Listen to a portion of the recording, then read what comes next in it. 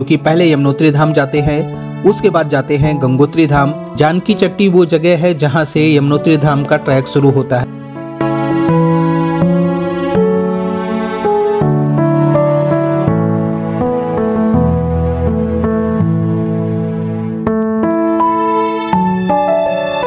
हरिद्वार ऋषिकेश की जो travel agency है वो कैसे चार धाम यात्रा कराती है,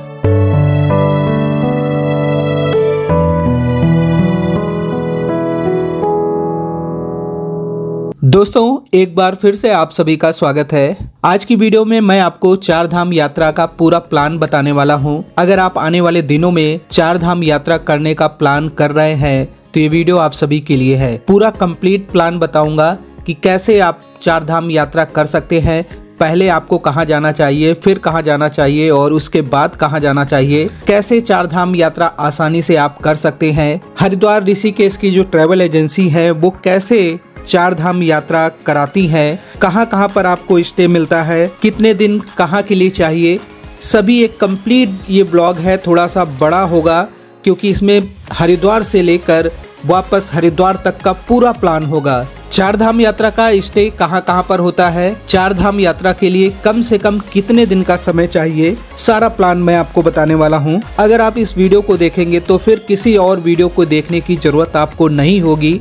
तो आज की वीडियो खास है तो लास्ट तक देखना है और वीडियो को शेयर जरूर कर देना और अपने उस दोस्त अपने रिश्तेदार तक शेयर करना जो लोग आने वाले दिनों में चार धाम यात्रा करना चाहते हैं।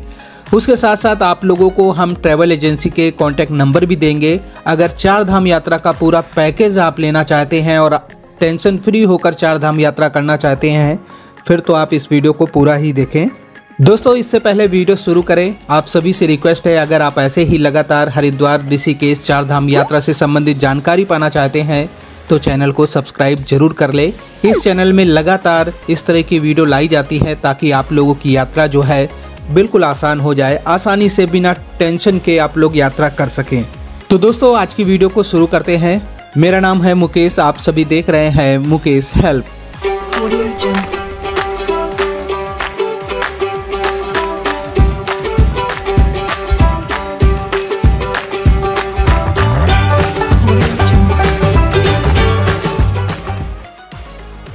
सबसे पहले आपको हरिद्वार पहुंचना होगा अगर आप चार धाम यात्रा पर जाना चाहते हैं, और उसके बाद अगर ऋषिकेश से भी जाना चाहें तो एक ही बात है, हरिद्वार ऋषिकेश कहीं से भी आप चार धाम यात्रा शुरू कर सकते हैं।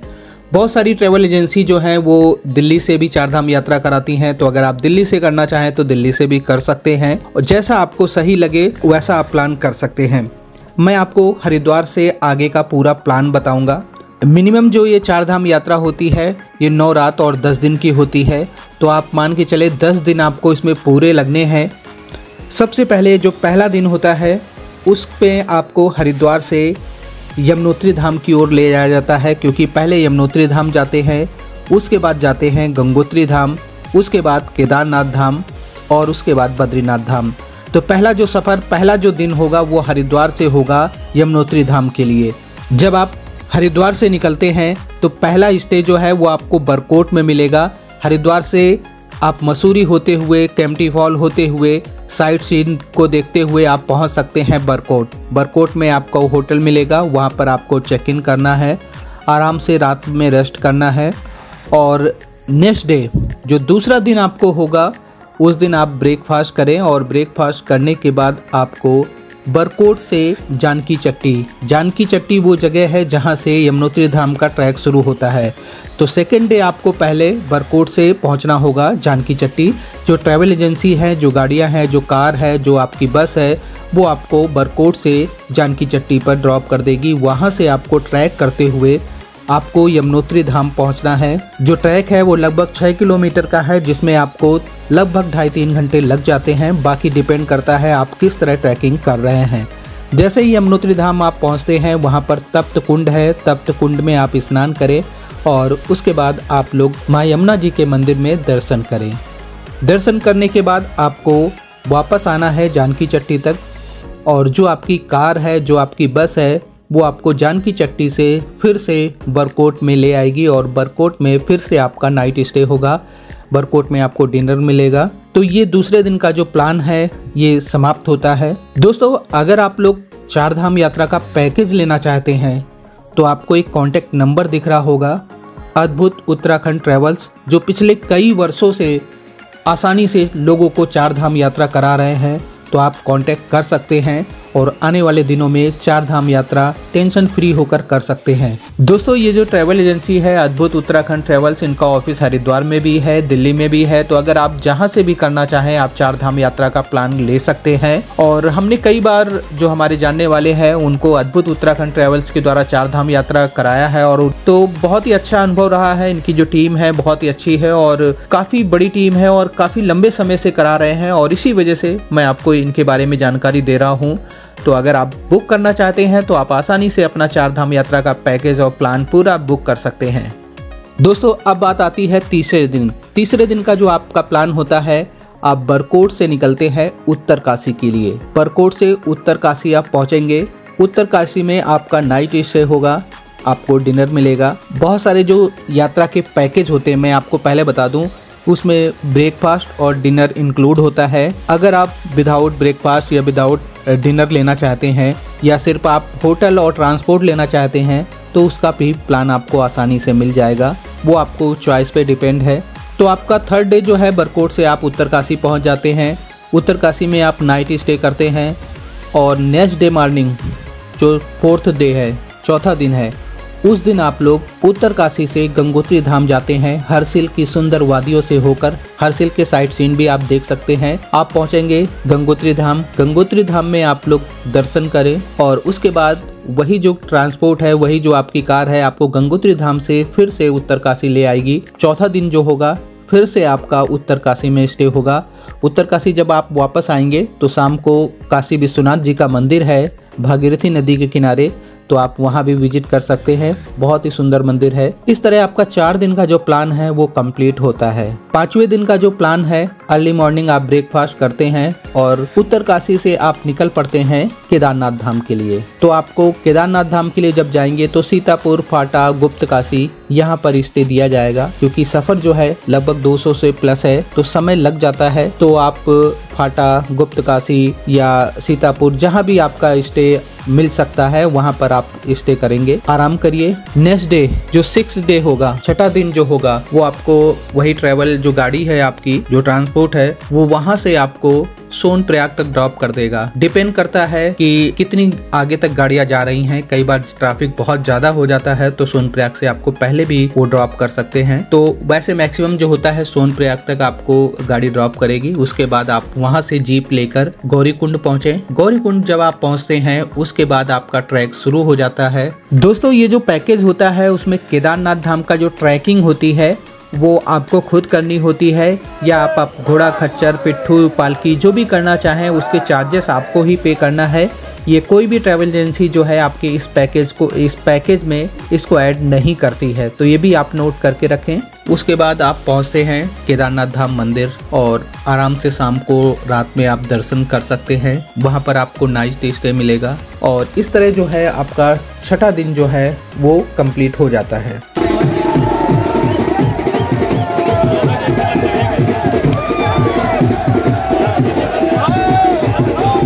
केदारनाथ धाम में जो स्टे आपको मिलता है, जहां पर अवेलेबल होता है ज़्यादातर जो GMBN की जो डोरमेट्रिक बेड हैं वो मिल जाते हैं, तो वो भी अच्छा है। और वो ट्रैवल एजेंसी की टेंशन है, आप टेंशन लेने की जरूरत नहीं है, आपको केदारनाथ धाम में स्टे मिलेगा। और 7वें दिन का जो प्लान है, आप अर्ली मॉर्निंग एक बार फिर से अगर दर्शन करना चाहते हैं तो आप केदारनाथ धाम में दर्शन कर सकते हैं।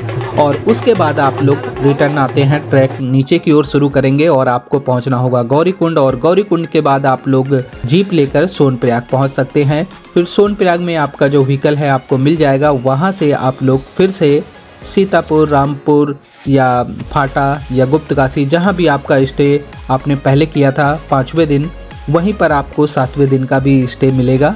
आप वहां पर या जहां पर भी अवेलेबल होगा वहां पर 7वें दिन आपको स्टे मिल जाएगा। तो इस तरह 7 दिन की जो आपकी यात्रा है वो कंप्लीट हो जाएगी। इसमें शाम को डिनर मिलेगा, स्वाभाविक है। अगर आपने प्लान जो है ब्रेकफास्ट और डिनर के साथ ले रखा है तो आपको लगभग सभी जगह पर ब्रेकफास्ट और डिनर की सुविधा मिलती है। लेकिन जब आप केदारनाथ धाम में स्टे करते हैं तो वहाँ पर जो ट्रैवल एजेंसी है वो फूड आपका खुद अरेंज करना होता है, क्योंकि वहाँ पर जो सुविधाएँ हैं वो लिमिटेड हैं। तो मार्केट में आप वहाँ पर डिनर और ब्रेकफास्ट कर सकते हैं, वहाँ पर कई जगह पर होटल में अवेलेबल नहीं हो पाता है। तो ये बहुत ही ज़रूरी बात है, आप इसको पहले से नोटिस करें। अब बात करते हैं 8वें दिन का जो प्लान रहता है। आप सीतापुर या फाटा या गुप्त काशी से आपको वहाँ से बद्रीनाथ धाम के लिए रवाना किया जाता है। आप बद्रीनाथ धाम के लिए निकलते हैं। चोपता होते हुए आप बद्रीनाथ धाम पहुँचेंगे और जब बद्रीनाथ धाम पहुँचेंगे तो बद्रीनाथ धाम में आपको स्टे दिया जाएगा। और उसके बाद आप लोग शाम को भी अगर बद्रीनाथ मंदिर में जाकर दर्शन करना चाहते हैं तो आप आसानी से कर सकते हैं। काफ़ी समय रहता है, आप आराम से वहाँ पर ज़्यादा आपको ट्रैक भी नहीं करना है।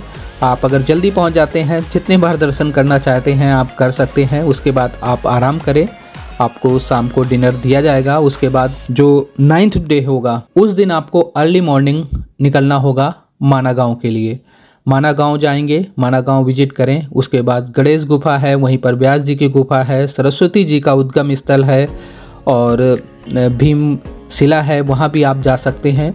तो ये सारे प्लेस आप कवर करते हुए फिर से जो आपकी जो व्हीकल है वो 9th डे आपको वापस हरिद्वार की ओर लेकर आएगी और फिर आपको श्रीनगर या रुद्रप्रयाग में स्टे दिया जाएगा। क्योंकि आप 9th डे पहले माना गांव विजिट करेंगे तो काफ़ी समय वहां लग जाता है, फिर समय इतना नहीं बचता कि आप हरिद्वार तक वापस आ पाएँ। तो श्रीनगर या रुद्रप्रयाग में आपको स्टे दिया जाएगा, आप वहां पर आराम से रुक सकते हैं। और उसके बाद 10वें दिन की बात करें, लास्ट डे जो रहेगा आपकी यात्रा का, आप धारी देवी टेम्पल घूमते हुए उसके बाद देवप्रयाग संगम दर्शन करते हुए, जहाँ पर भागीरथी जी और अलकनंदा का मिलन हो रहा है, वहाँ के दर्शन करें। और उसके बाद आप ऋषिकेश के दर्शन करते हुए हरिद्वार तक पहुँच सकते हैं। हरिद्वार आ गए हैं, आपकी ट्रेन उसी दिन है तो आपको वही जो गाड़ी है वो आपको स्टेशन तक ड्रॉप कर देगी। और इस तरह आपका जो 10 दिन का यात्रा प्लान है वो समाप्त हो जाएगा, जिसमें मैक्सिमम जो ट्रैवल एजेंसी हैं यही प्लान आपको प्रोवाइड करती हैं। तो अगर आपका फिर भी कोई सवाल है तो आप हमें मैसेज कर सकते हैं, या अद्भुत उत्तराखंड ट्रैवल्स जो कि पिछले काफ़ी वर्षों से यात्रा करा रहे हैं, आप इनसे कांटेक्ट कर सकते हैं। और आने से पहले 4 धाम यात्रा का पूरा प्लान जो है आप पैकेज के द्वारा ले सकते हैं, ताकि टेंशन फ्री होकर आप यात्रा कर सके। आपको ये टेंशन ना हो कि आप होटल कहाँ बुक करें, कैसे मिलेगा, खाने के बारे में सोचना है। तो ये टेंशन फ्री होकर आपकी यात्रा जो है वो कंप्लीट हो जाएगी। दोस्तों प्लान तो मैंने बता दिया है, अब मैं आपको बताऊंगा कि 4 धाम यात्रा पर जा रहे हैं तो आपको क्या क्या लेकर जाना चाहिए, जो कि बहुत ही ज़्यादा ज़रूरी है। सबसे पहले तो ये है कि आपके पास गर्म कपड़े अच्छे होने चाहिए, क्योंकि 4 धाम यात्रा में कोई भी समय हो, रात के समय तो अच्छी खासी ठंड होती है। वूलन कैप होना चाहिए, मफलर होना चाहिए, ग्लव्स होना चाहिए, स्वेटर, जैकेट, कैप, हैट, जो भी लेना चाहें आप ले सकते हैं। कंफर्टेबल आपके ट्रैकिंग शूज़ होने चाहिए, ताकि अगर केदारनाथ धाम का ट्रैक कर रहे हैं, यमुनोत्री धाम का ट्रैक कर रहे हैं तो किसी तरह की कोई दिक्कत ना हो। रेनकोट होना चाहिए। ट्रैकिंग स्टिक अगर आप रखना चाहें तो या वहाँ पर लेना चाहें तो ले सकते हैं। वाटर बॉटल होनी चाहिए, पावर बैंक आपके पास होना चाहिए, और अगर आप सनस्क्रीन लगाना चाहें तो वो भी आपके पास होना चाहिए। अगर आप ये पूरा प्लान को पढ़ना चाहते हैं तो डिस्क्रिप्शन में आप विजिट कर सकते हैं। वीडियो के डिस्क्रिप्शन में आपको पूरा प्लान जो है PDF मिल जाएगी, वहाँ से आप पूरा प्लान पढ़ सकते हैं। और जब आप पूरा प्लान पढ़ेंगे तो आपके जो डाउट रह गए हैं वो भी पूरी तरह से क्लियर हो जाएंगे, तो आप वहाँ से पढ़ सकते हैं। और अद्भुत उत्तराखंड ट्रैवल्स का कॉन्टैक्ट नंबर भी वीडियो के डिस्क्रिप्शन में भी है, आपने स्क्रीन में भी देखा होगा, तो आप आसानी से उनको कॉल करके अपनी बुकिंग कर सकते हैं। दोस्तों बहुत सारे लोग ऐसे होते हैं जो 4 धाम यात्रा करना चाहते हैं, लेकिन 4 धाम यात्रा के साथ साथ और भी जो रास्ते में पड़ने वाले जो मेन प्लेस हैं वहाँ भी विजिट करना चाहते हैं। तो इस प्लान को आप कस्टमाइज़ भी कर सकते हैं, अपने अकॉर्डिंग आप बता सकते हैं कि हमारा 10 दिन की बजाय आप 12 दिन का प्लान कर दीजिए, लेकिन मुझे इन जगह पर भी जाना है। तो वो आपको आसानी से प्लान मिल जाएगा। आप प्लान करने से पहले, पैकेज बुक करने से पहले उनको बता सकते हैं कि हमें यहाँ भी जाना है, तो वो कस्टमाइज आसानी से हो जाता है। आज की वीडियो कैसी लगी है हमें कमेंट करके ज़रूर बताना। ऐसे ही लगातार हम आपके लिए वीडियो लाते रहेंगे और हरिद्वार, ऋषिकेश, उत्तराखंड 4 धाम यात्रा की सभी जानकारी आप तक पहुँचाएंगे। तो चैनल को सब्सक्राइब कर लें। इंस्टाग्राम आईडी जो है मुकेश हेल्प नाम से है, आप वहां भी फॉलो कर सकते हैं, आप वहां पर बात कर सकते हैं। वीडियो को समाप्त करते हैं। जय हिंद, जय गंगे माता, जय माता दी।